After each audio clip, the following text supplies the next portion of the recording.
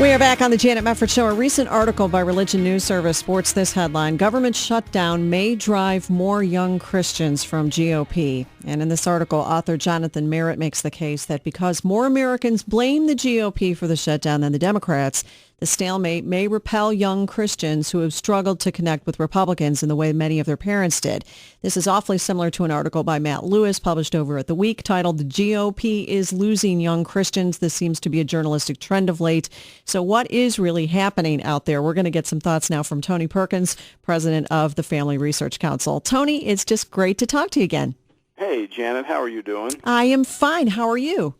I'm doing great. Doing very good. Thank you. Well, excellent. I'm so glad to talk to you again. So I'm going to pose this question to you, Tony. Do you believe that more young Christians are turned off today by the GOP?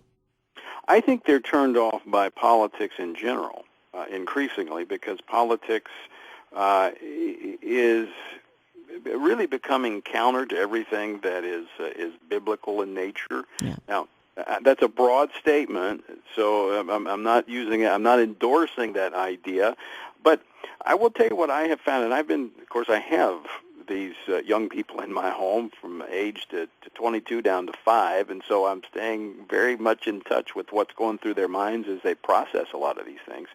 But they're looking for authenticity. Yeah. And politics today, unfortunately, is the last place that you'll find that on either side of the political aisle. Well, that's true. And as it becomes more rancorous, some people who aren't really in the know about the specifics of the argument may just look at the behavior and think, there's too much fighting. I don't even want to deal with that. Unfortunately, that's absolutely true. But the problem is, as we abandon this political realm, what we do is we allow the other side, the MoveOn.orgs and others, to infiltrate and influence. But having said all that, Janet, now let me be very candid. I didn't enter into full engagement into the political process until I was 30 years old. Yeah. Now, I was aware of what was going on. I was involved. I voted. I didn't get involved in campaigns, was not a college Republican, wasn't a part of the Republican Party. I was involved in radio and was a commentator, talked about the issues, but did not get involved in politics per se until I ran for office. And I think many young people are that way. They have their ideas, their thoughts, but it's not until they reach 29, 30 and they start to have kids and a family and they realize that public policy actually has a shaping influence on the culture that they realize, hey, I need to do something about this. Yes, exactly right. Yeah, you hit on something right there. When you have children of your own or when you start paying taxes, that's also a wake-up call for a lot of people. Absolutely. Yeah. Well, this idea that this new crop of Christians coming up is shifting, this is Jonathan Merritt's words, is shifting from partisanship to independence, from divisive rhetoric to civil dialogue, and from a narrow agenda focused on only one or two issues to a much broader one. This seems to be painted, at least by Merritt, as you are virtuous if you disconnect. What are your thoughts on that? Well, Jonathan's looking for company, and that's what I think he's looking for. I don't think he speaks for young evangelicals. In fact, what I have found, now there is some truth to what he says. First, I do think that people, evangelicals in particular, younger ones, are moving away from the Republican Party. I even put myself in that category and have been for years. I don't consider myself to be a Republican. I consider myself to be a conservative Christian who votes most of the time as a Republican. Right. So I think there's merit in that. No pun intended. No pun intended. But the reality is it's not this idea that there's just a single issue. That's a overused, worn-out statement. I don't know very many Christians in the political process who are only focused on one issue. Right. Now, are there issues that are in terms of priority that they would put at the top? Absolutely. I personally put religious freedom at the top, given what's happened in the last 5 years, because all the other issues hinge on the ability to order one's life according to their faith. I think it's an umbrella issue. So I think that's an overly simplistic cliche to say that they're moving away from single issues to a multitude of issues. And then they like to say that the issue of poverty. Now, let me address that if I can, Janet, because I do think that what I have seen, and I've worked very closely with young evangelicals, that they want to be more hands-on in solving the problems of our culture, not just voting for somebody who's pro-life. They want to be involved in bringing our culture around to being a more pro-life culture. Yes. Or if the issue is poverty, they don't want to just vote for somebody who says they'll address it. They want to be a part of solving it. So that is actually a positive development I see among young evangelicals. I think that that's a really important point, that people who want to get their hands dirty, so to speak, that might not be a bad thing, as some people are saying it is. Tony Perkins with us from the Family Research Council. We'll come back discussing this question: is the GOP losing young Christians? We'll come back after this.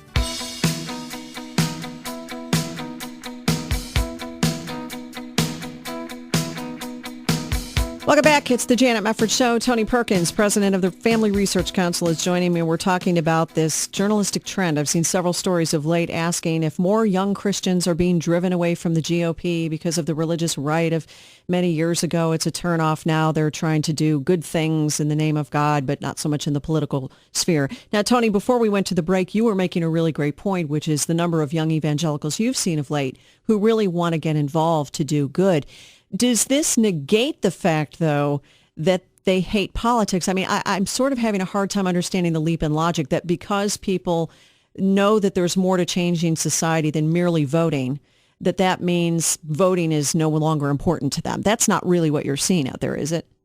No. I think what you're seeing is that people understand we've got to be doing both. Now, I wouldn't argue that there's probably some out there who are turned off by politics, and increasingly, pastors are not, well, let me rephrase that. You have some pastors, especially in the emerging church and others, that are refusing to talk about the Christian citizenship element of our Christian walk. Yep. I think, look, I do think that there have been some in the past that lean too heavily toward our political involvement as the solution to the problem. Now, I would not say that it was in totality, that there was ever this thought that it would solve all our problems, but I do think maybe there were some that leaned too heavily in that direction. We've got to be balanced. I mean, we've got to impact education, we've got to impact the culture and the arts, we've got to impact people's lives directly, we've got to preach the gospel, we've got to be out there showing the love of Christ. But we have to realize that all of those things are impacted and affected by the policies that govern our nation. Mm-hmm. And we're naive if we think we can just go out there and live our lives unmolested by government if we simply ignore the political process. And we're seeing that right now, that is not the case. We've got an administration that is hostile to faith, where Christian adoption agencies are no longer able to do what they've been called to do in placing children in homes with moms and dads because they refuse to embrace this idea of same-sex marriage. We see businessmen and women, Christians, being put out of business because they refuse to embrace same-sex marriage. So the idea that we can simply preach the gospel and not allow and then somehow government policies won't affect our lives is simply not living in reality. No, and we have such a privilege in our form of government to be able to make a difference because this is a government, theoretically at least, that is supposed to belong to we the people. And our political structure is built such that people should get involved. That's what I think sometimes people miss. They have this idea that the state is up here and the people are down here, and I'm a Christian, let me just go off and pray somewhere and not get my hands dirty. Well, if you don't get your hands dirty in politics to some extent, then people who are hostile to Christianity will end up running things. Absolutely right. And I would go one step further, Janet, to what you pointed out. I think not only do we have a privilege in this nation to be involved in shaping our government, because, as you said, it's a government of the people, for the people, and by the people. I think as Christians, we'll be held responsible for the policies adopted by this government because it's us. Yeah, right. That's right. That's so true. That's so true. And I note here that and as I'm looking through Jonathan Merritt's article here on the government shutdown may drive more young Christians from the GOP, he cites this action that he says this, first of all, this letter from faith leaders denouncing the shutdown. And then he says, and it's all the liberals. And then he says, displeasure isn't only flowing from Christians' left flank. And then he proceeds to cite a faithful filibuster. And you go to the story and you realize that's full of liberals too. So it almost seems like we're hearing a lot of rhetoric that if you really want to be a faithful Christian, what you really need to do is become a liberal because they really care about the poor and things like that. Right. Well, okay. Well, let's unpack that for just a moment, Janet. What is that saying? Is that saying then the government has the responsibility to care for the poor? That's not what the Scripture says. The Scripture handed that responsibility to you and I as members of the faith, of followers of Jesus Christ. That's who he gave that to, not to the civil government. He never said to Rome, to the Romans, hey, you guys need to make sure that you're taking out of one person's pocket to put into another. He said, no, you sell all that you have and give to the poor. You take that responsibility. So this is how disingenuous the left is.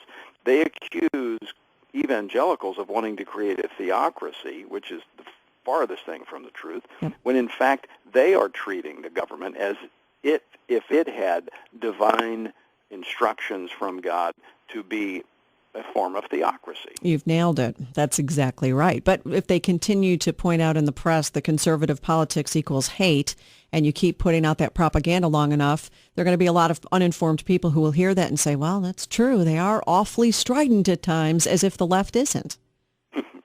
Yeah, it's frustrating. On the GOP, you brought up something earlier that I just want to touch on again, Tony, because I think it's really important. When you talk about the subject of people moving away from the GOP and being turned off, you hit upon something really important, which is that conservatives themselves are having some issues where we're seeing some in the GOP moving toward the subject of gay marriage and more politicians in the GOP warming to that issue. What do you see is ahead for conservatives who say, I might not like the GOP in the future if they go too far on that issue or other issues like it? Well, look, I think our ultimate benchmark for how we engage in the policies that we adopt is Scripture. And I increasingly see a Republican establishment that is simply different on the margins from the Democratic Party. If they walk away from the issue of life, that all life is sacred and created in the image of God, if they walk away from the issue that marriage, in fact, is the union of a man and woman as ordained by God before sin entered into the world, if they move away from the importance and the fundamental aspect that the family plays in our culture and our society, then why would I be supportive of that party? Right. They give me no I'm not interested just because they're for maybe a little bit lower taxes or maybe a little less government. If they walk away from those founding principles, it does not matter where they head on taxes. I can just tell you, without those three things in place, we're going to have bigger, more intrusive government because the family won't be there to provide the fundamental role in training the next generation and keeping things in check the way they have historically. That's right. And the centrality of the family as a building block of society, I think, needs to be a bigger topic of discussion. Without question. I mean, I can just say we've looked at all the models. I mean, this is what we do at the Family Research Council. I mean, I've got PhDs that just study these issues, look at the trends, look at the research, and do the original research. I'm going to tell you right now, we'll never shrink the size of government until we strengthen the American family. Well, hang on just a moment. Tony Perkins with me, president of the Family Research Council. We'll be coming back talking about the GOP. Is it losing young Christians? Stay with us. We'll be back.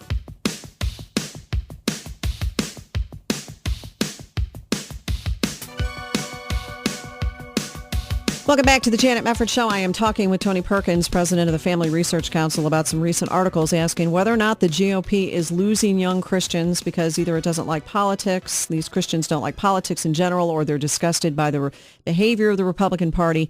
We've been discussing this. Now, you said something so significant, Tony, before we went to the break about the family and the importance of the family. You know, to what extent do you think Christians are going to be key in preserving stability in this country in the coming days, not only on the issue of the family, but all these other important issues we've been touching on? Janet, that is a great question. And I get this often as I speak around the country. People say, well, you know what, I just don't feel like I can make a difference. I don't know, how do I make a difference in a culture that's gone so far, awry? Start at home. You know, first it starts with our own family and our own relationships. Fathers, we need to, number one, love our wives, the mothers of our children, and we need to teach our children. God gave us children with the responsibility and the authority to teach them and train them. Too many Christians are relegating that responsibility or that authority. They can't relegate the responsibility, but they give the authority to the schools or to somebody else, and they wonder why their kids are turning away from the faith. So first off, it starts in our own homes, our own relationships, and by that we model what God intended the family to be like. And others, we see it all the time. People are asking, can you help me with my children? Can you help me with this? Can you help me with my spouse? Can you help me? As we model out what the family life should be, the world will watch, and they'll begin to want to know how they can do it as well. And it's right there in the Scripture. So it's a way of witnessing, but it begins right there in our own home. We can't reach out until we first reach into our own home. That's so well said. And as for acting in the political sphere in responsible ways, how do you think about acting biblically and our mandate as Christians to be salt and light in a culture like ours? It's a mandate, as you said. We don't have a choice. We are told that we're salt and light. And so, first off, I think we've got to be careful about the political affiliations. We're not here to advance a party. Now, I understand that in some places that's an instrument, it's a tool. Okay, use it as a tool and instrument, but we must never compromise on biblical truth. The issue of life, the issue of marriage, the issue of religious freedom, the family, those things must always be central to a Christian's engagement in public policy and the culture. Excellent. I couldn't agree more, and that's why we're so thankful to God for your great organization, the Family Research Council. Tony Perkins joining us. Tony, thank you so much again for being with us. It's always a privilege to be with you, Jen.